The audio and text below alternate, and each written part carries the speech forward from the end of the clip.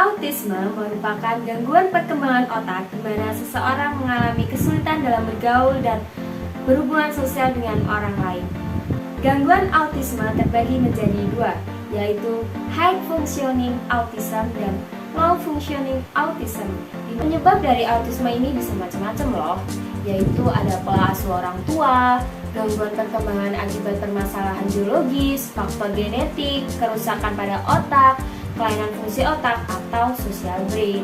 Beberapa karakteristik yang sering terjadi pada penyandang autisme yaitu perkembangan terlambat, di mana anak sering terlambat pada setiap aspek perkembangannya daripada teman yang lain. Yang kedua yaitu lebih tertarik pada benda daripada manusia. Anak akan lebih tertarik pada benda, di mana dia akan melakukan permainan yang ada di sekitarnya seperti Lego, puzzle, dan lain sebagainya daripada ia berkomunikasi dengan teman sesamanya. Yang ketiga yaitu menyukai rutinitas, di mana dia lebih memilih rutinitas yang ia sukai. Yang keempat yaitu permasalahan sensoris, di mana anak akan mengalami temper tantrum jika ia tidak mendapatkan apa yang ia inginkan. Pada permasalahan sensoris terdapat dua ambang batas sensoris pada anak. Yang pertama yaitu hiposensitif dan yang kedua hipersensitif.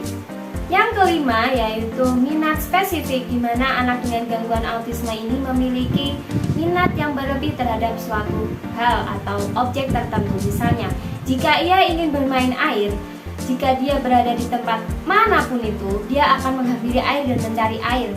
Oleh karena itu dinamakan dengan minat yang spesifik. Yang keenam yaitu permasalahan belajar, di mana anak dengan gangguan autisme ini sering melakukan atau sering mengalami permasalahan belajar yang sering terjadi, di mana ia akan sulit menerima instruksi dari guru, dan jika melakukan kerja kelompok dengan temannya akan sulit berkomunikasi dengan temannya karena keterbatasan yang ia miliki. Anak dengan gangguan autisme ini juga memiliki IQ yang rendah daripada anak normal seusia mereka. Hal yang dapat kita lakukan untuk melakukan penanganan pada anak autisme yaitu dengan belajar menyelami emosi anak. Kita harus belajar mulai memahami dan menyelami emosi anak. Yang kedua, terus memahami dan menstimulasi anak dengan berbagai perkembangan atau aspek perkembangan ataupun permainan yang ia sukai.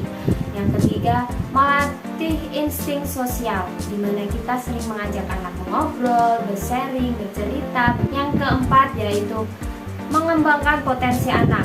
Jika kita sebagai guru mengetahui potensi anak pada bidang tertentu, maka kita sebagai guru haruslah mengembangkan potensi anak tersebut. Penanganan yang akan saya lakukan tidaklah hanya 4 penanganan yang sudah saya sebutkan ya, tapi juga ada penanganan yang lain.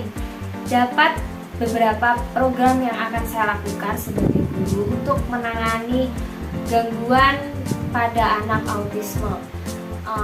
Apa sih penanganan yang akan kamu lakukan? Yang pertama, saya akan melakukan penanganan pada edukasi orang tua. Selanjutnya adalah metode, di mana ini merupakan suatu hal yang penting pula dalam melakukan program penanganan anak dengan gangguan autisme ya.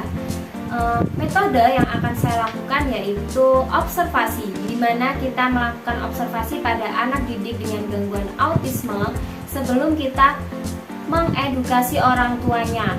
Mengapa sih anak ini kok masuk ke dalam gangguan autisme? Kenapa orang tua ini harus tahu anaknya kok mengalami autisme? Atau kita observasi anak ini ciri-cirinya, misalnya anak ini mengalami ciri-ciri sebagai berikut ini, atau mengalami karakteristik yang sudah saya sebutkan tadi, ataupun mengalami beberapa gejala yang sudah terjadi pada anak autisme seusia mereka.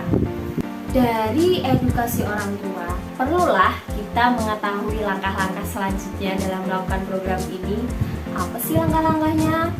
Langkah demi langkah yang akan saya lakukan untuk melakukan program ini yaitu memberitahu dan berdiskusi dengan kepala sekolah pada setiap lembaga bahwa di lembaga mereka juga memiliki anak dengan gangguan autisme. Membawa anak itu menemui kepala sekolah, di mana kepala sekolah dapat menilai anak itu sendiri.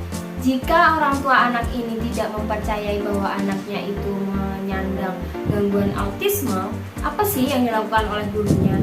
apa selanjutnya langkah yang akan gurunya ambil atau intervensi selanjutnya yang akan gurunya lakukan untuk melakukan penanganan pada anak gangguan autisme?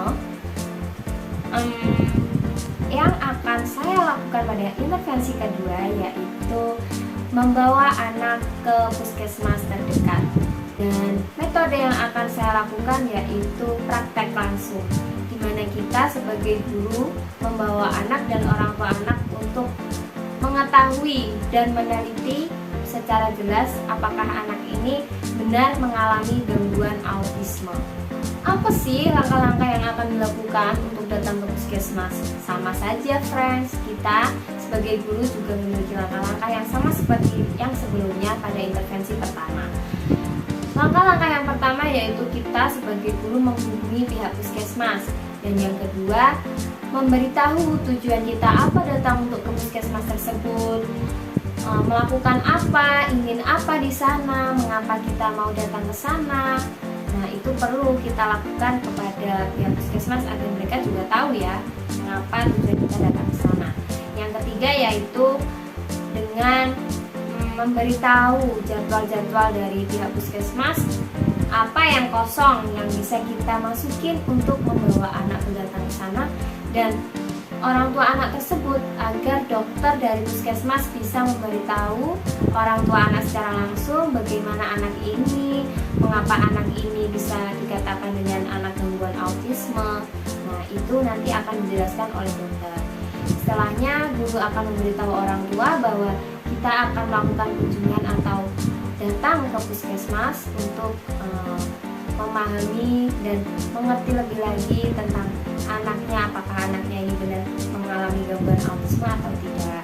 Yang kedua, dokter akan memeriksa anak ini, memberikan sedikit tes ataupun pemeriksaan kepada anak, dan guru atau orang tua mendampingi anak dan melakukan tanya juga kepada dokternya, dok, ini apa benar anaknya mengalami seperti ini atau tidak, dan apakah benar anak ini gangguan autisme atau tidak. Nah, sebagai orang tua anak juga akan merasakan khawatir kepada anaknya dan tidak mau jika anaknya dikatakan sebagai autisme karena anaknya normal. Orang tua akan merasa anaknya normal karena anaknya tumbuhnya baik-baik saja, perkembangannya baik-baik saja, pola bicaranya baik-baik saja, ataupun cara berinteraksinya sama saja atau normal.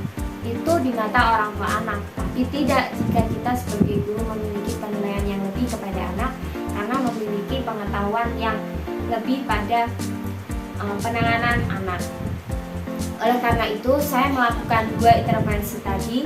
Yang pertama, melakukan edukasi kepada orang tua, dan yang kedua, membawa anak ke puskesmas. 2 intervensi ini saya lakukan apabila orang tua pada intervensi pertama, jika saya edukasi, tidak menerima anaknya saya katakan dengan gangguan autisme. Maka dari itu saya melakukan intervensi kedua agar mendapat diagnosis pada puskesmas sendiri mengapa anaknya dikatakan autisme. Karena ini merupakan hal yang penting, dan penanganan apa yang akan dilakukan oleh orang tua untuk menangani anak dengan gangguan autisme, dan apa tahap yang akan dilakukan oleh orang tua untuk mengurangi dan melakukan stimulasi yang baik untuk anaknya yang mengalami gangguan autisme.